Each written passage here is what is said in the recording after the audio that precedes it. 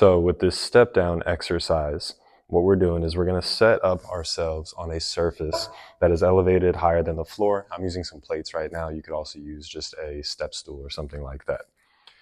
And then what we're going to do is we're going to work on essentially stepping our free leg down to the ground, trying to step our heel down to the ground and delaying as long as we can the time that it takes for us to do that. So that way we can load the knee more, right? So when we're doing this, the place that you want to be able to ideally do this is with the free leg in front of your knee.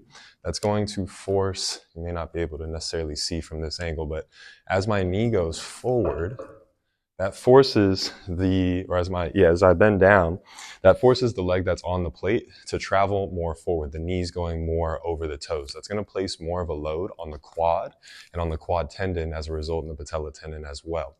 That's what we're trying to get right now. That's what we're trying to gauge for the pain level on this.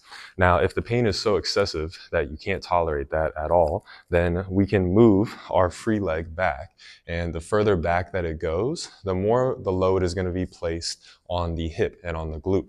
So if fully in front is placing all that load on the quad and on the quad tendon and patella tendon, moving it back here where it's basically now even with my foot is going to place a little bit less load, and you see my knee doesn't travel as far forward as a result.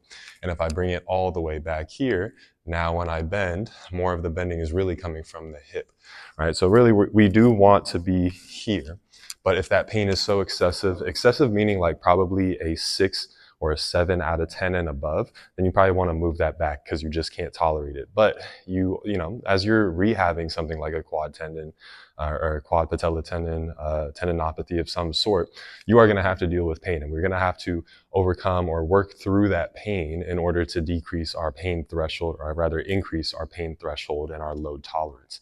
So just keep in mind that when you're doing this, this is where we want to be with that foot in front of the knee, and we only regress if we need to, because we can no longer at all tolerate the pain. But you know, that 3 out of 10, sometimes even a 4 out of 10 pain, you are going to have to deal with that when you're rehabbing.